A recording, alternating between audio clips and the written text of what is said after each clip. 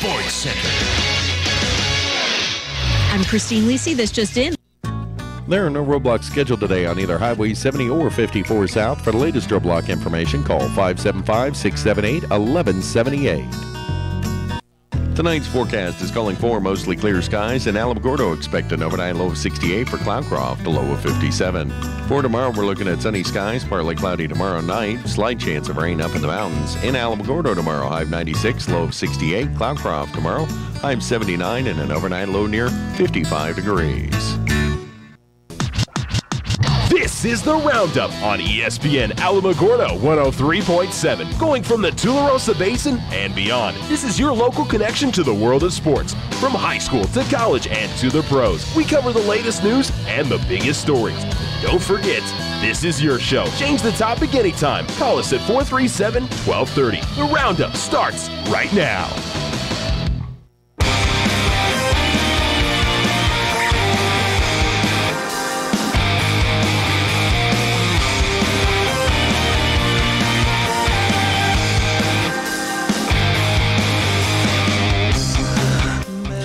ESPN Alamogordo 103.7. Welcome into the show. Everybody's having a very good Tuesday.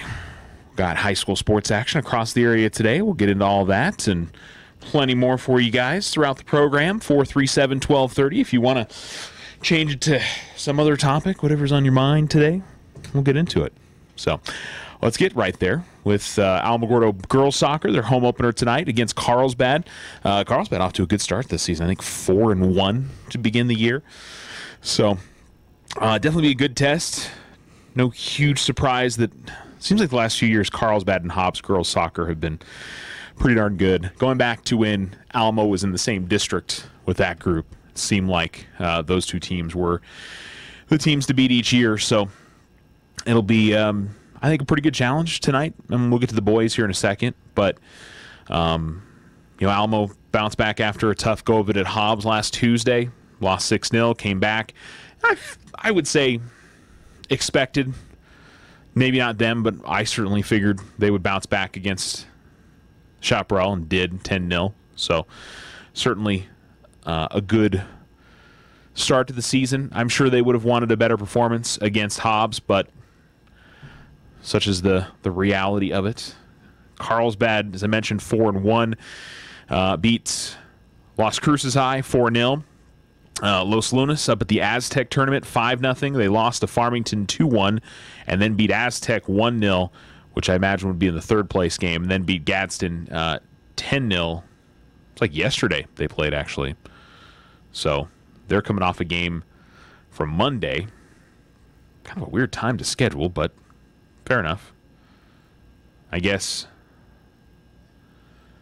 I'm trying to remember. Carlsbad's going to be in a district with, let's see, Hobbs, Clovis, Roswell, it looks like. So I couldn't remember what that district out east was going to be. And Roswell was the team that got kind of moved up. So I guess in 5A, what is it? Artesia, Goddard, Lovington. We'll have to go and look at some of those. I'd kind of been focused on what Alamogordo was in and Tularosa and Cloudcroft, and I need to scope out the rest of the district setups in what I'm basically calling the Olympic sports. You've got your soccer, you've got basketball, volleyball. I guess cross country technically is an Olympic sport. Running, distance running.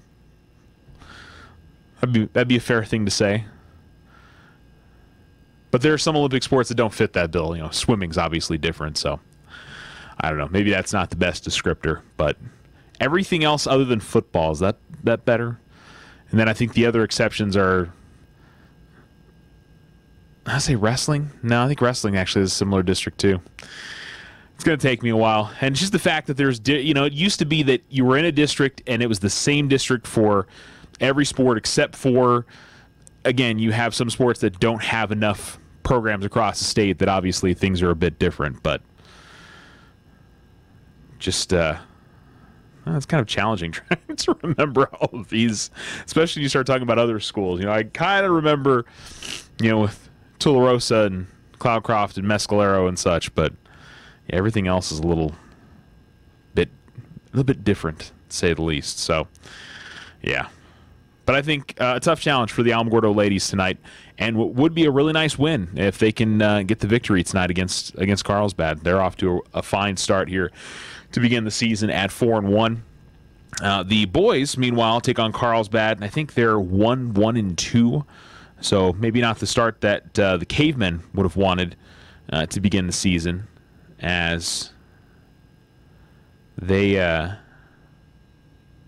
I'm trying to pull up their schedule, but it's not popping up here as quickly as I wanted to. 3-0 for the Tigers, though, and I think some quality wins in there. I think certainly Chaparral, that's a good win any day. I think the Hobbs win certainly, and I think Los Lonis is pretty good. I was impressed with them. So Carlsbad has defeats to Las Cruces. They went to the Aztec tournament as well. Same with the girls team. They beat Miyamura, lost to Piedra Vista, or tied with Piedra Vista, I'm sorry, and then tied with Aztec. I'm not sure how that tournament works if you have ties. I guess the actual game is tied. Maybe they had a PK to decide who moved on in the tournament. I don't know. That's a fair question. I'm not really sure. Or it was just a round-robin tournament where everybody got a chance to play somebody, which that makes sense. I wonder what they decided there to who moved on and who didn't. Because in the regular season, you don't want to be playing a ton of overtime or necessarily get into penalty kicks. You don't want those results necessarily. So, Carlsbad plays Alamogordo today, then they don't play again until the 7th when they're in the Portales tournament. Their schedule's a little bit more heavier loaded towards the end of the month of September. Not so much right now. Kind of interesting. While Alamogordo boys and girls soccer kind of heavy loaded towards this part of the year. However, I think the bigger reason for that is Alamogordo begins district here in, 2 weeks? I think 2 weeks from today is district opener day for Tiger and Lady Tiger volleyball. So it's a change, to say the least, from going to a 14 district where you're beginning district in October and going to a 7-team overall district where you're starting district play in September. Yeah, September 11th, as a matter of fact, which would be, I believe, 2 weeks from today, is district opener against Mayfield. So, yeah, only 2 weeks left. Total of, 5 games left in the non-district season. So Carlsbad tonight, they go to the Los Alamos tournament on Friday, which, by the way, we posted the brackets for both the Los Alamos tournament for the boys and the Las Cruces High tournament for the girls. Both those are available up on either the Facebook page, on Twitter. You can get them either place if you want to scope them out. The boys open up against Aztec. The girls, I don't remember who they begin against in the tournament this weekend. They've actually still got a game against Lovington before they get around to that. Alamo girls start with Las Cruces High coming up on Friday. So, and they'll play 2 games on Friday. It's a busy week for the girls. It's a busy week for the guys too, but the guys will play tonight, and then they'll have 2, Wednesday and Thursday off. They might be traveling up there Thursday, would be my guess, and staying overnight. And then playing Friday and Saturday. Now let me see what time they play on. They play at 11 a.m. I have a hard time believing they would be leaving for Los Alamos Friday morning and then getting off the bus and playing. So they'll have a travel day and then play 1 game on Friday and then play a pair of games on Saturday to decide things. So. But the boys open up against Aztec. The girls will start against Las Cruces High for their tournaments. They've still got a match against Lovington on Thursday, so it's a busy week for soccer, to say the least. They've got a lot to play for, and I think there's going to be some good matches in there for sure. I think for the girls, we'll see with Lovington. I have to look and see what they've done so far this season. If I remember, for the last couple of years for the Alamo girls, that's been a match that they've had some success in, is the Lovington, but different season. Obviously, could be a completely different result and a different side for the Lady Wildcats this season. So might look a little bit different. They And they started 0-3. They haven't gotten off to a very good start this year. Losses to Clovis, Roswell, and Portales to begin the year. So, yeah, I would say, at least from previous years, that's been a team Alamogordo's had wins over. Yeah, they beat them 10-0 in August of last year, and then beat them 9-2 the second time around. So, Lovington, I would say of the straight-up matchups they'll face, the non-tournament will probably be the less challenging of the two.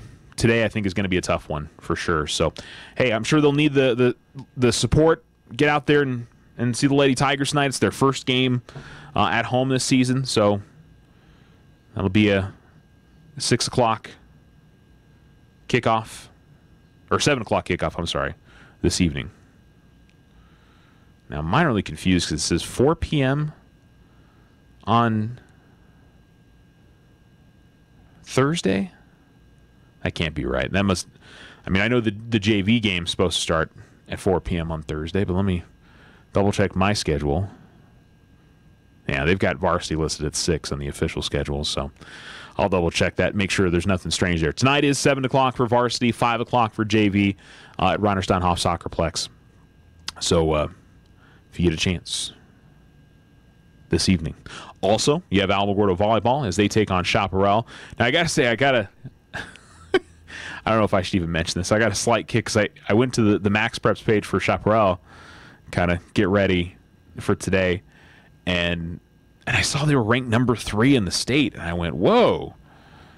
Now, the Max Preps rankings, I don't know what's going on there, but they've listed 4 teams total from the entire state of New Mexico. So Chaparral Volleyball has been much improved in recent years. So that's not kind of,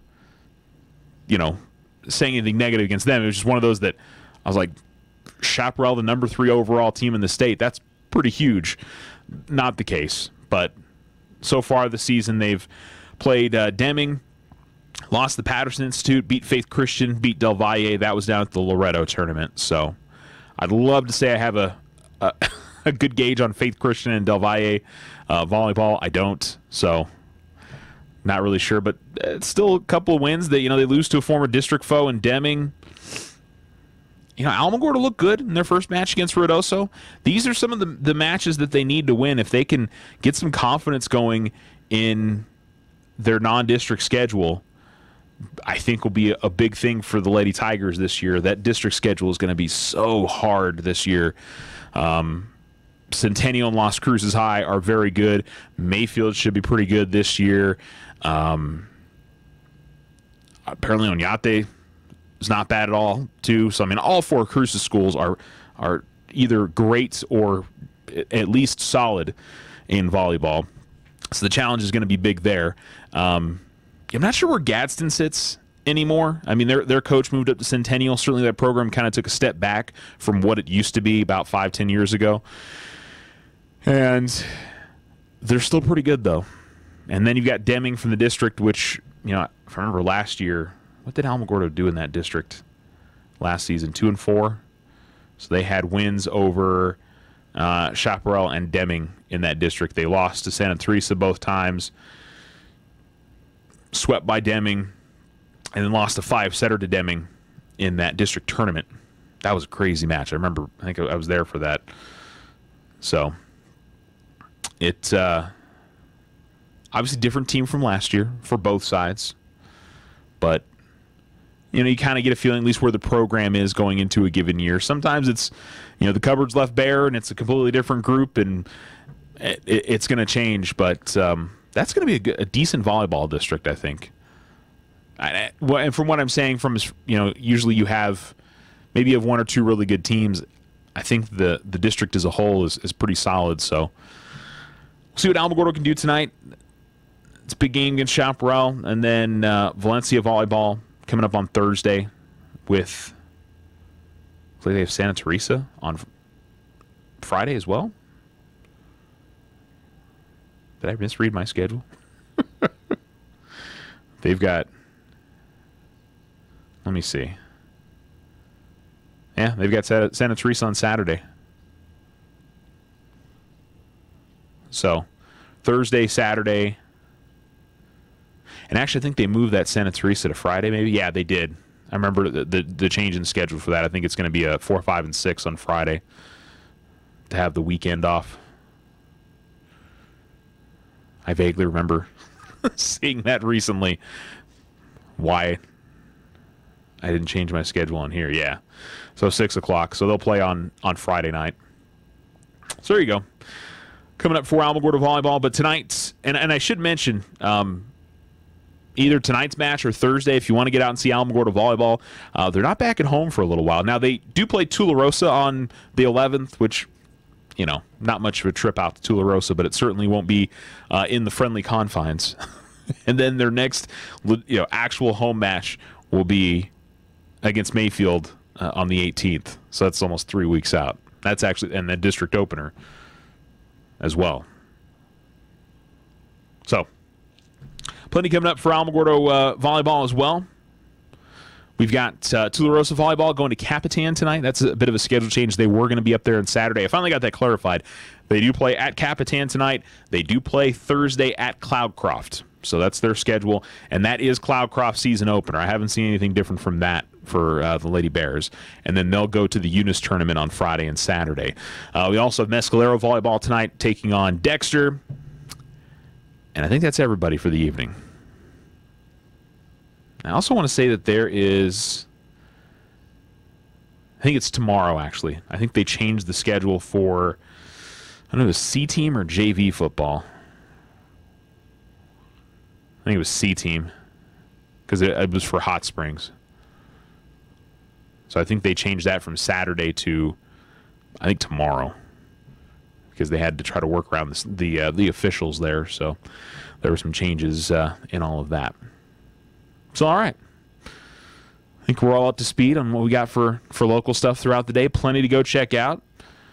You will have, if you're choosing Alamogordo, you will have to choose between volleyball and soccer. I mean, you could split time between the two, go to the first half of soccer and catch the end of the volleyball match, or vice versa. I think you probably have a better chance of seeing, like the first 2 sets of volleyball and then seeing the second half of soccer if you're trying to split your time. If you got that activity pass, you can do that, and you're making the biggest bang for your buck there, right?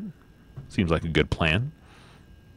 But if you're just choosing one or the other, 6:30 for varsity for volleyball and 7 o'clock for varsity for soccer.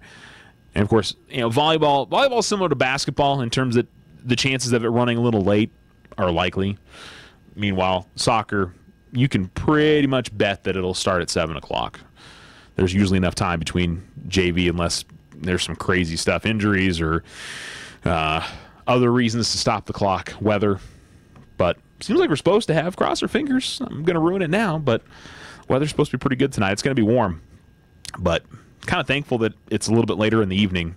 The sun should be a bit farther down on the horizon for varsity, so not blazing hot. Now, if you're going to JV, well, that's a different story. It's not going to be especially comfortable out there, so plan accordingly if you're headed out to the games this evening.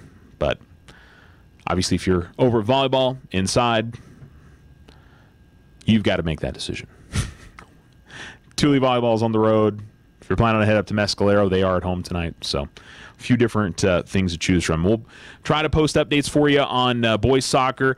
If you don't already like the Alamogordo Tiger Soccer Facebook page and the Alamogordo Lady Tiger Facebook page, I encourage you to do so. The Lady Tiger page doesn't usually post updates during the game. The boys team typically does. So I'll actually probably be stealing my scores that I post on the Facebook page tonight from them. So just so you know where I'm getting those from.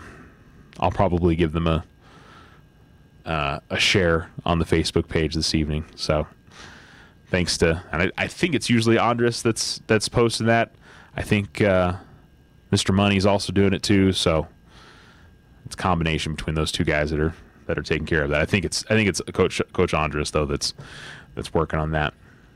But we'll see what happens tonight. I think again, both soccer matches I think will be pretty interesting, and I'm hoping that Lady Tiger Volleyball can get off to a 2-0 start. That would be a nice beginning to the season for them. So and what did I say? They did beat Chaparral once last year. Chaparral volleyball's improved. I said 2 or 3 years ago they made the state tournament, I think, in Class 5A. So we'll see. All right. Anything else you want to mention locally? I think we're good. I feel like I'm missing something. There was something else I know I wanted to get into, but oh well. It's all good. Fun week, though. We're getting into college football for real. For real this week. I'm already reading off some of the injury lists for New Mexico State headed into Minnesota, which, I'm not silly enough of a fan to sit here and go, yeah, I thought they had a chance if that guy wasn't hurt. I mean, I think Minnesota is going to, especially with them not having played a game yet, that's a tough turnaround, man. They finished, that game didn't finish till close to around midnight, I think, on Saturday night.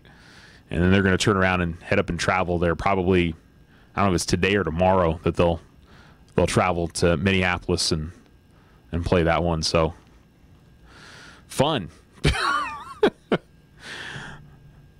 Again, life of an independent. You're kind of at the will of other people's schedules and trying to get on, or you fill up your schedule, and I'm sure some of these games, which are money games, yeah, you don't have a choice at all. You're playing it when you're playing it. So, just kind of how it is. We'll have that game for you live after I've done such a great job promoting it. Coming up at 4 p.m., I think is pregame, 5 o'clock kickoff on ESPN Alamogordo on the Aggie Sports Network. So that will be headed your way on Thursday this week. And we'll have Tiger football on Friday. Got a ton of college football on Saturday. I believe we've got Auburn, Washington, and then it's Bama, Louisville.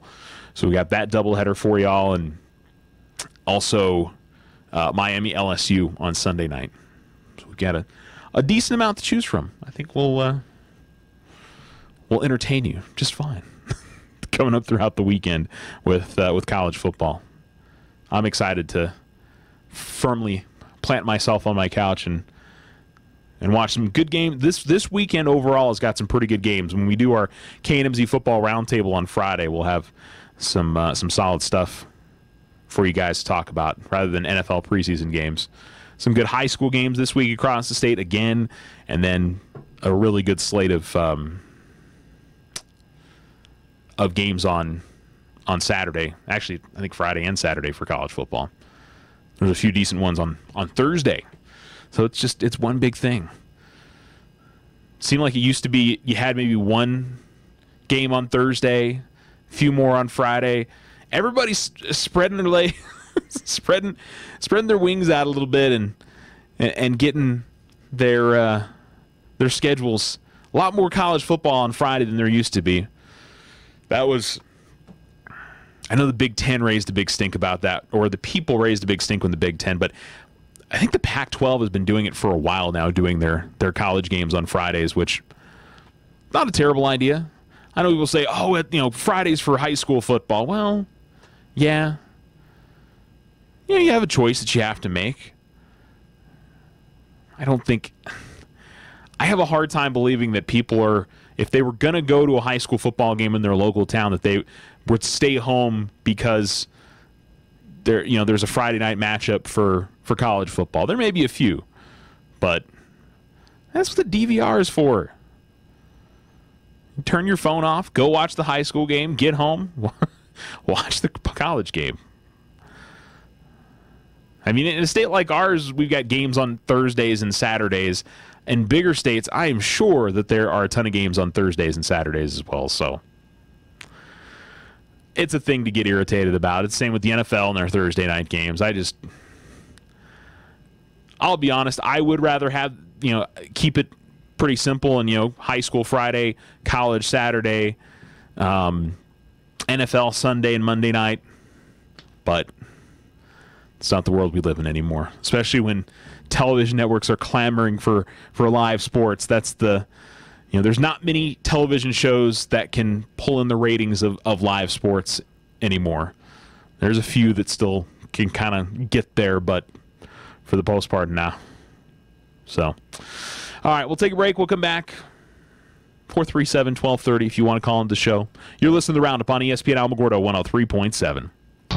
The Alamogordo Tigers play their home opener Friday night, 7 p.m. versus the Los Lunas Tigers. Pregame starts at 6:45, Tiger Stadium, under the lights, this Friday on ESPN Alamogordo 103.7. The NFL begins on ESPN Alamogordo 103.7 on September 9th. It's a doubleheader, starting with the 49ers at the Vikings, followed by the Dallas Cowboys at the Carolina Panthers. Your home for the NFL is ESPN Alamogordo 103.7. Stop by White Sands Motorsports right here in Alamogordo for all your power sport needs. White Sands Motorsports carries Honda, Yamaha, and Roxor. New to the store, Can-Am and Textron side-by-side vehicles. As always, they handle parts and services for all makes and models. For the best power sport deals on 2 or 4 wheels, White Sands Motorsports has got you covered. Open Tuesday through Friday, 9:30 a.m. to 6:30 p.m. and Saturdays, 9:30 to 5. 21070 Highway 70 or visit motorsportsofnewmexico.com. Now you have a choice when it comes to keeping massive files of your bank statements every month. With an online e-statement, you'll have an accurate, easy-to-read electronic statement you can access anywhere, anytime. Get more control over your cash flow. And no more giant filing cabinets. Our e-statements get an A+. First National Bank, member FDIC. When you grow, we grow.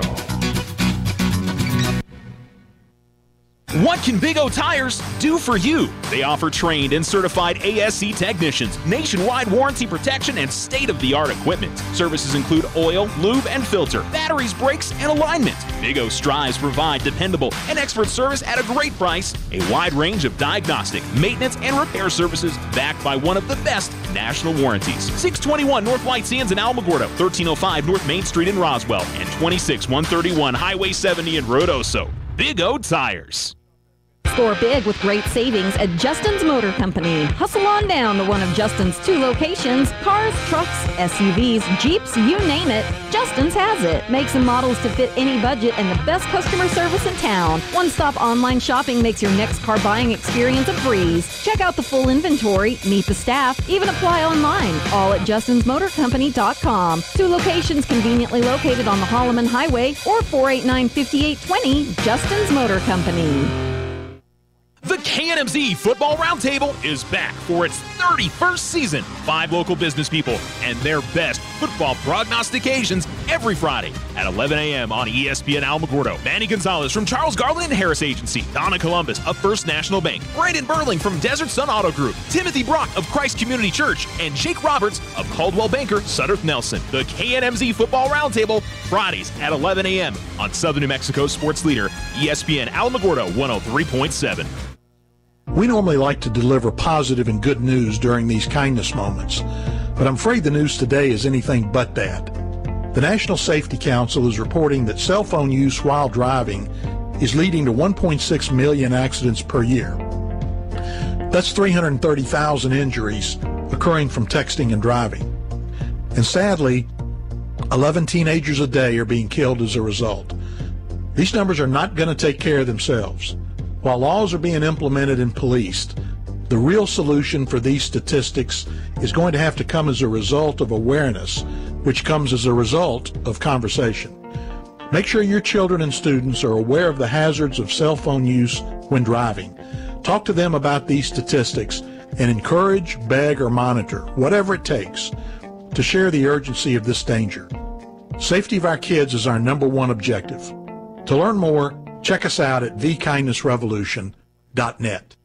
What makes Vision Ford Lincoln Hyundai unique? At Vision Ford, we're all about you. Your vision, your style, your needs, and your story. Vision is fully stocked with dozens of the hottest 2018 models, including the Ford F-Series, America's #1 selling truck for 40 years. With financing options that fit every budget and a sales team dedicated to you, Vision Ford Lincoln Hyundai continues the Yes We Can tradition. All we need is you. Visit us today at 1500 South White Sands Boulevard or 24/7 online at visionfordlincoln.com.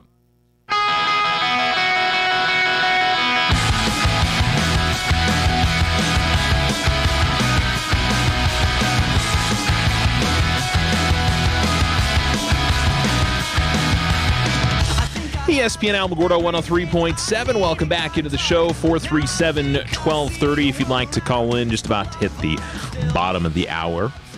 I feel like we haven't done this in a while. Go check out the headlines for today. We didn't talk yesterday. Odell Beckham Jr. became the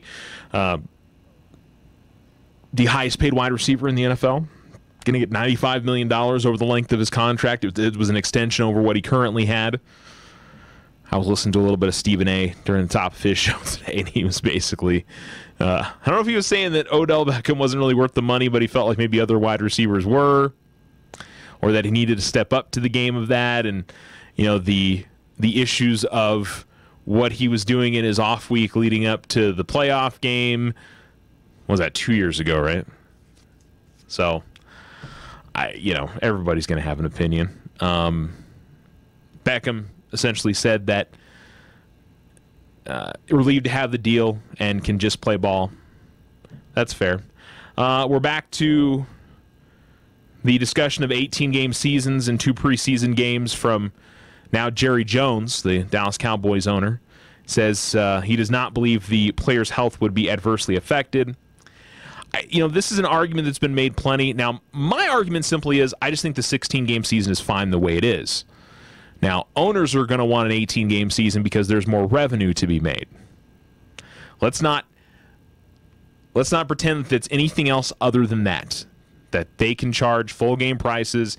And then also, I would imagine the TV contracts would be worth more as well. I'm not crazily against it. Here's the deal with the preseason games, though, is that you have fewer players playing, the maximum amount of downs. So you're switching guys in and out a lot. I do think, the preseason's useless. I think we've all known that. I read an article this morning about my team saying, are they the worst team in the NFL through 3 preseason games? Listen, they may be. I'm not saying it couldn't possibly be, but we're talking about it through the preseason. It's like, come on now. Is their quarterback situation bad? Sure. Are we already deciding they're the worst team in the NFL? Fair enough. Okay. I think, after 2 or 3 weeks in the regular season, we can get a pretty good idea of who's really bad and who's really good, But, anyway. Yeah, it seems like we teased the 18-game season there for a couple years, and then that kind of went away. I think it would be a mistake for the NFL to not do this during the next CBA. And when I say do this, have the real discussion of it, not just the NFL owners are going to make the change. Because I do think this is something that the players need to be a part of, or at least the player representatives need to be a part of.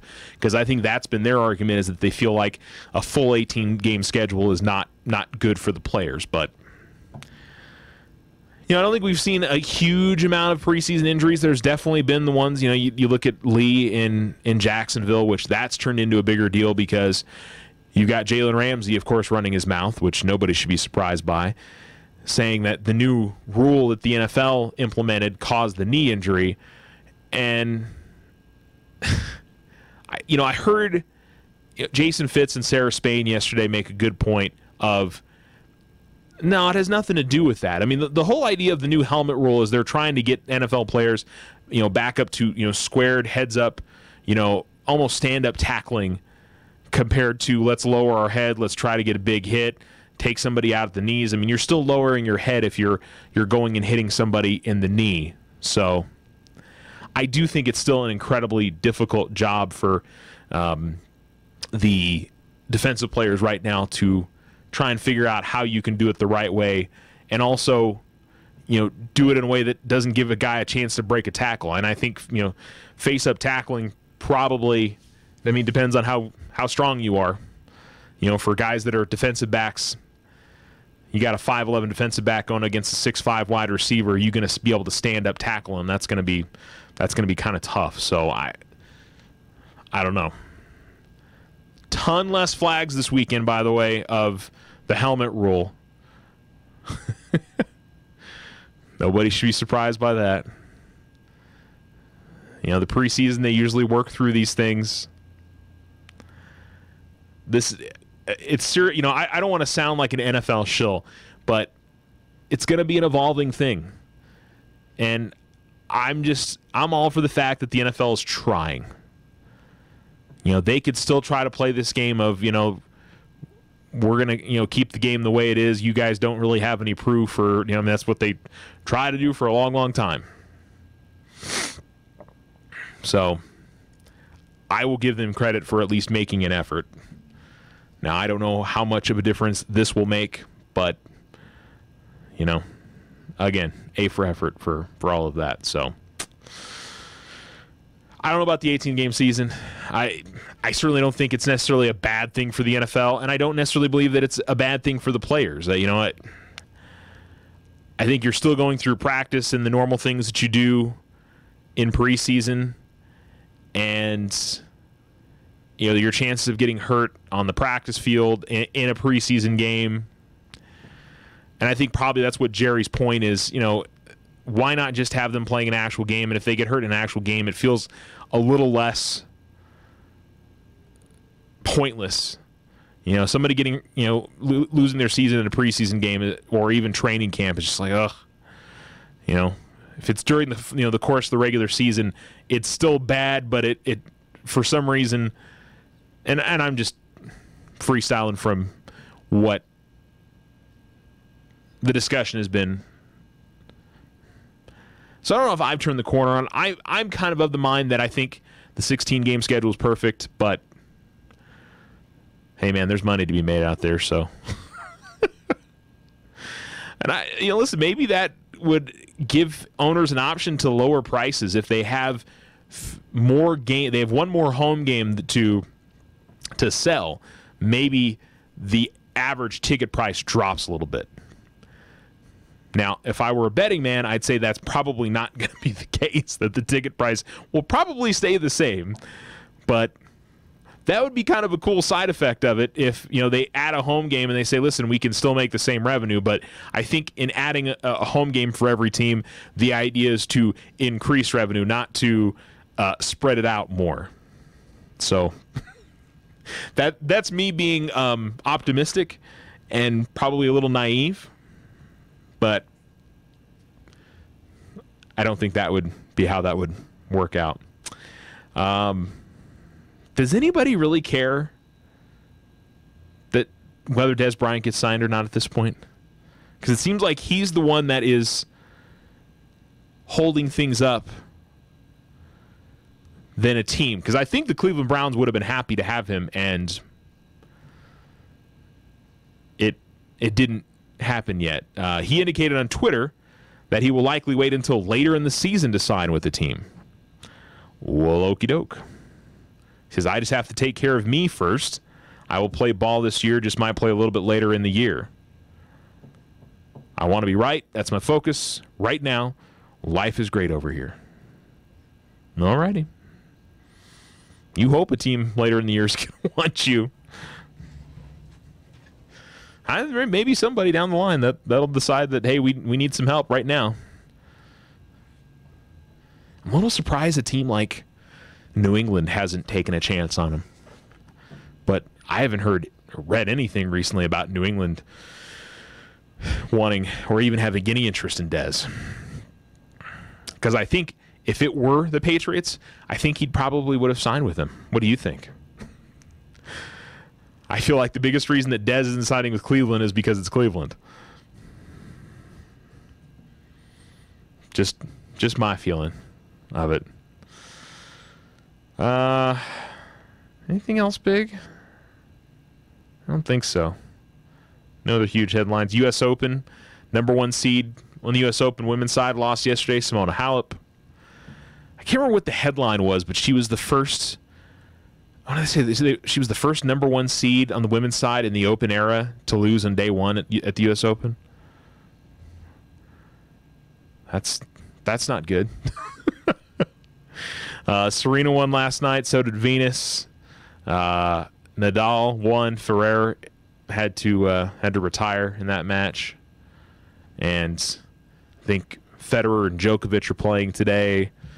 Sharapova, Madison Keys. So the final tennis major is well underway. And another part of it, being a fun time in the sports year, U.S. Open. trying to think of some of the other oddball sports things. I don't want to say oddball, but again, tennis, I like to call them the niche sports. We only care about them during the majors. I kind of feel like golf is that way, and there's a few others. So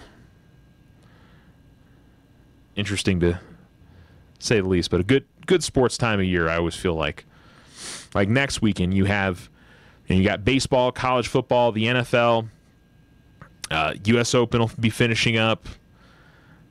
I think golf is heading into their stretch run. I'm not sure how many people really care about the FedEx Cup. I know the PGA Tour really wants people to care about the FedEx Cup, but I just don't think it has gathered that following. If you're an auto racing fan, NASCAR, I think next weekend is the final race before they head into their playoffs. So, and if you're an auto racing fan in general, just to let you know, some really good championship races in both IndyCar and Formula One this year. They're two-man races at this point, but intriguing to say the least. Which proves you can have, without, a playoff system, you can still have an interesting finish to your season. Now, there's always the chance of a stinker, but I don't know. That's where I'm kind of the old man get off my lawn, I think, is auto racing. I like the let's accumulate throughout an entire season thing, but I do like playoffs in most of the rest of the sports. Of course, we're coming down to the stretch in baseball, and so yeah, I like it. And of course, high school sports throughout the area. Hopefully, I think so far through a week, we've done a pretty good job of keeping you guys up to speed. It's just been a week, so hopefully we'll be able to continue that as the season progresses. So I shouldn't say hopefully. That's my goal, is to make sure you guys are all knowing on what's going on with high school sports. And if you missed the early part of the show, if you're listening to us on YouTube, you can actually rewind it. It's very fancy. Listen to the beginning of the program. And we'll probably recap again before I head out of the door for today. So you won't miss anything. And, of course, you can always go back and listen if there's a day that you can't tune into the show. It's recorded every day, so you got an opportunity to go and listen to it whenever you want to up on the ESPN Alamogordo YouTube channel. Go subscribe. We had a bunch of people subscribe during the football game. That was nice to see. Went back and checked that on Saturday or Sunday. Went, oh, very good. Let's keep doing that. It seemed like we had a good amount of people that listened to the game as well on Friday evening. So we hope to see you at the game on Friday. However, I'm sure there's a lot of you that are probably out of town and can't for some reason. So we'll be live on 103.7 and live on the ESPN Alamogordo YouTube channel again coming up this Friday night. So lots of ways to listen in. Let's fit in our last commercial break. You can always call in 437-1230. More of the roundup for you right after this. There are no roadblocks scheduled today on either Highway 70 or 54 South. For the latest roadblock information, call 575-678-1178. Tonight's forecast is calling for mostly clear skies. In Alamogordo, expect an overnight low of 68 for Cloudcroft, a low of 57. For tomorrow, we're looking at sunny skies, partly cloudy tomorrow night. Slight chance of rain up in the mountains. In Alamogordo tomorrow, high of 96, low of 68. Cloudcroft tomorrow, high of 79, and an overnight low near 55 degrees.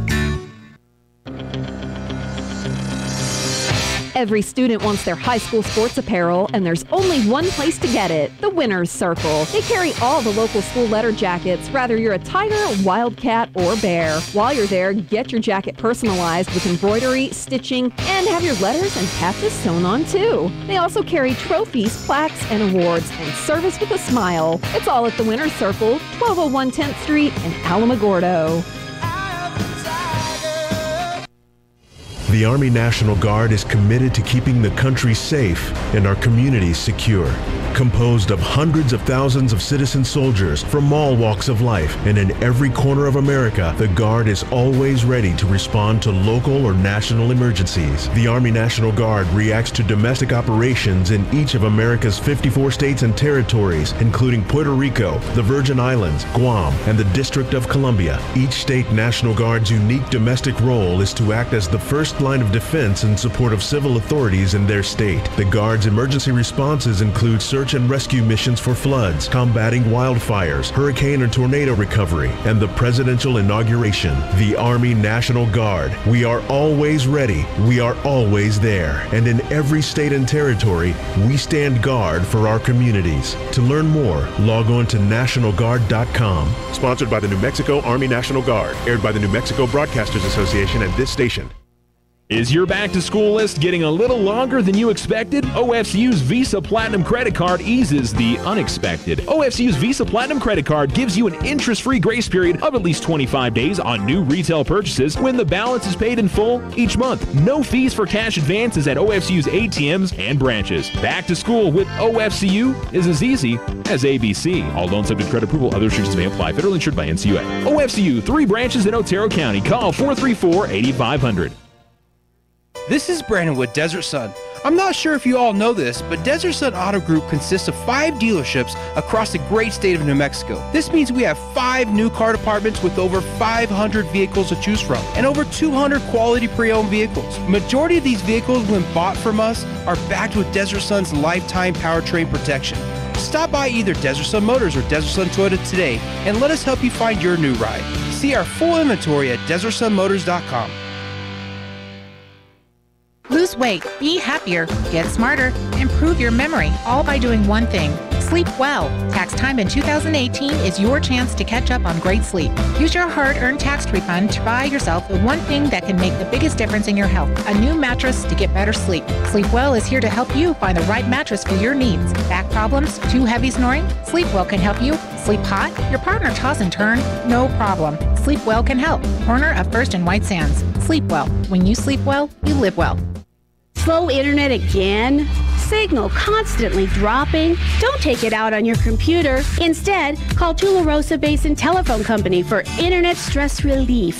They have the speed and the reliability to make your internet dreams come true. If you want fast, they have faster. If you want service you can rely on, they are the most reliable. And customer service? It's all about you. Call Tularosa Basin Telephone Company to get connected. 585-2700.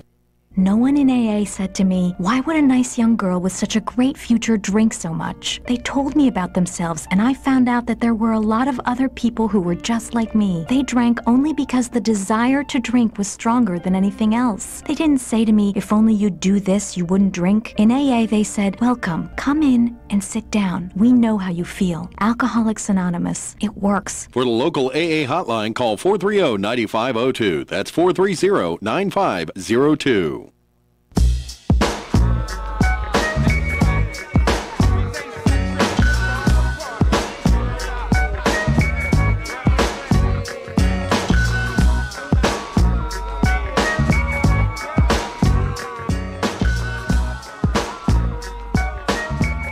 You're listening to ESPN Alamogordo 103.7. Welcome back into the program. Another thing I caught today was flipping through the channels at lunchtime, and you know, some of the big personalities out there on sports radio and some of the things that they say, I just wonder, do they listen to themselves? Is this just let me get somebody fired up. Let me get the Alabama fan base fired up. Colin Cowherd. You know, when I look at Jim Harbaugh, you know, he's got a better resume, you could argue, than Nick Saban. Those were, paraphrasing, essentially the words uttered today. It's like, come on. Because the whole idea is that Saban essentially got run out of the NFL. The Dolphins wanted Nick Saban back, and he took a better job at Alabama. Now, there is always the contingent of people that professional sports are always better than college sports. That if you can't do it at the pro level, then you know you're kind of a failure. That if you can only do it at the college level, so Mike Krzyzewski's a failure. Sweet. I guarantee if Nick Saban had said, you know what, I want to stay in the NFL, I don't want the job at Alabama, I guarantee that he would have coached the Dolphins that third year. Now, would he have been fired after the third year? Maybe. You know, I think they went 6-10 in his second season, so it might not have lasted. But clearly he made the right choice. I I mean, can anybody argue Nick Saban returning to college football and having the kind of success he's had at Alabama? I mean, because he didn't. I mean, at LSU, he had one great year and won a national championship. The other years were very good, but not national title caliber. And essentially every year at Alabama, with the exception of that first year, I mean, they are right there in the national title hunt. So, and I like Jim Harbaugh. Jim Harbaugh's had a nice coaching career. Coached a team to a Super Bowl, wonderful. Hasn't quite had the success at Michigan I think a lot of people figured he would, but he also hasn't been bad there. This definitely feels like maybe a little bit of the kind of put up and or shut up season. You know, I don't. I don't know if. I don't think Michigan would fire him. Do you? I have a hard time seeing that. And of course, had great success at Stanford too. But a couple of 10-win seasons, and last year I think was disappointing. But definitely not bad. And he was very good in the NFL. Got to 2 NFC title games and a Super Bowl. 13-3, 11-4, 12-4. I mean, that's a pretty impressive run. Then 8-8. But somebody that I feel like you could say was kind of ran out of town was Jim Harbaugh. He ran, his welcome was worn out in San Francisco at the end of the day. So, I don't know. Maybe Harbaugh is a better pro coach. There's something to be said for that. But definitely 2018, these are his guys. You head into your 4th year, and you've got your players now. Have you done your job recruiting? If you have, here we go. This is where you need to prove. And, Saban hasn't won or I shouldn't say Saban. Harbaugh hasn't won a conference title.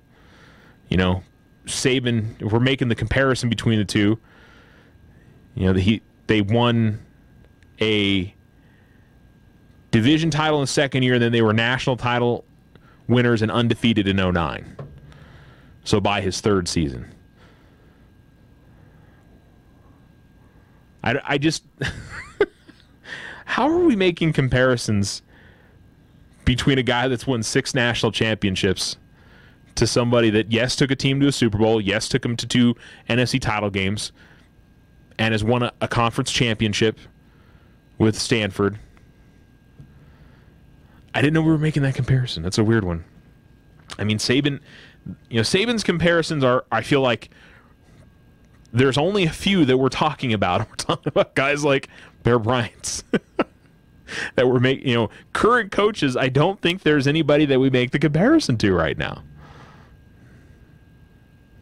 So I got a kick out of that. I figured I would just pass that one along and wondered if I was just completely crazy on that. And I'm not much for the comparison. Everybody's good in their own right at their place. But, you're at a school like Michigan, there's expectations. And there's probably about 10 to 15 schools in the country that their expectations are to win national titles every year. If you can't handle that, then that's probably not the job for you. It's nice to be at a school like that because the facilities are great, the fan bases are usually great when you're winning. When you're not, they're probably terrible. I mean, if Saban had a couple bad years at Alabama, I can't imagine. I wonder about that. Would there be segments of the Alabama fan base that would turn on him, or because of all the success that he's had, they stick with him? Whereas I think at Michigan, because there really hasn't been anything to speak of, a bowl win, a couple of 10-win seasons, it's a slightly different story. So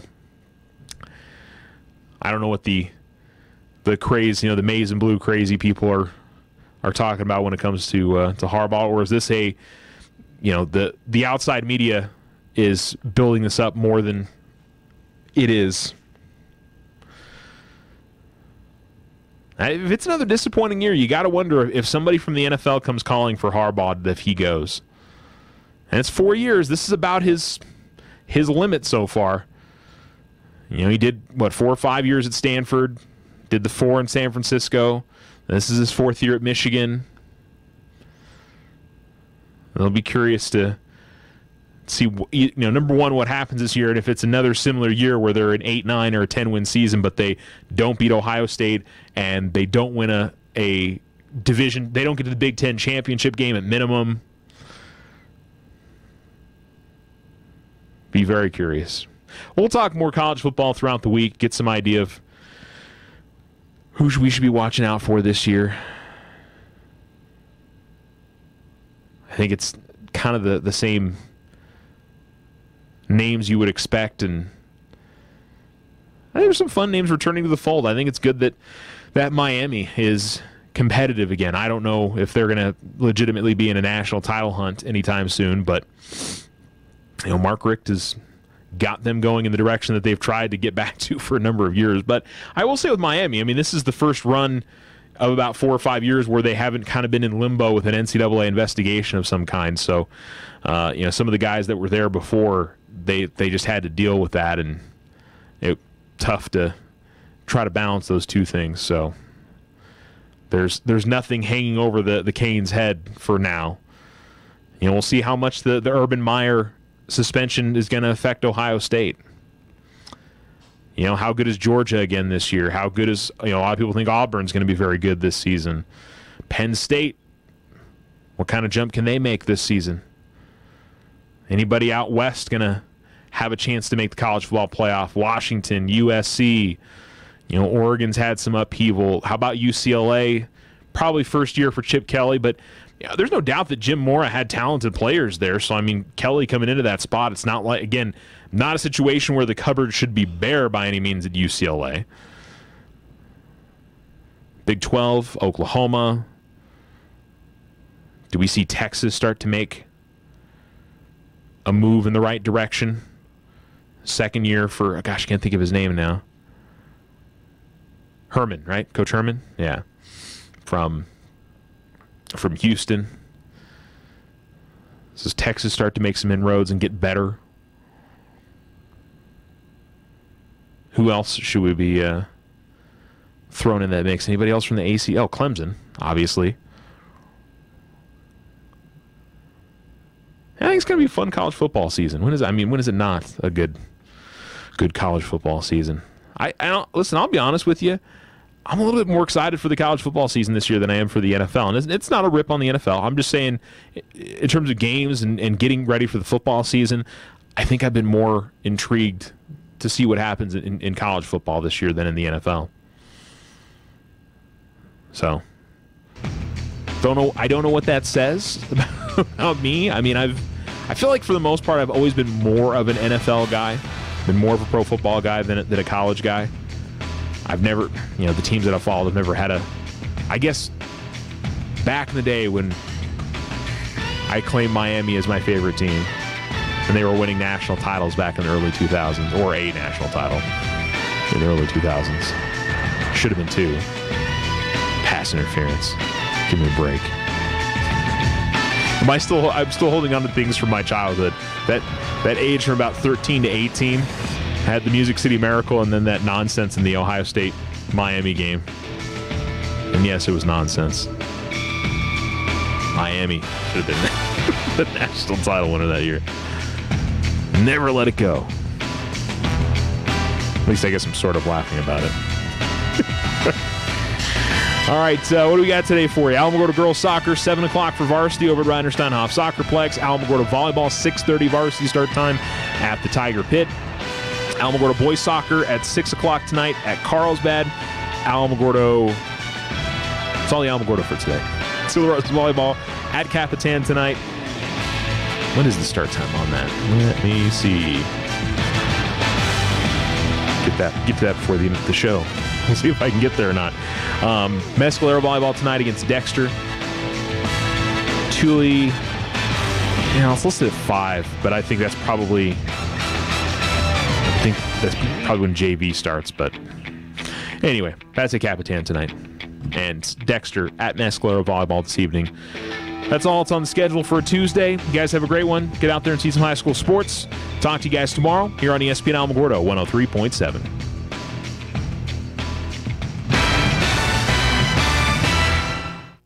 Hi, this is Dory Noka. You're listening to ESPN Alamogordo 103.7, Southern New Mexico's sports leader, KNMZ Alamogordo. Until later in the NFL season to sign with the team. He also said he wants to be right, and that's where his focus is now. Bengals agreed to a 4-year, $65 million extension with defensive tackle Geno Atkins and a 3-year, $45 million extension with defensive end Carlos Dunlap. Colts quarterback Andrew Luck, currently dealing with a minor foot injury, will practice on Monday when they start to get ready for Week 1 against Cincinnati. Coach Frank Reich likes what he sees so far out of his QB in his return from a shoulder injury. Everything has been great. I mean,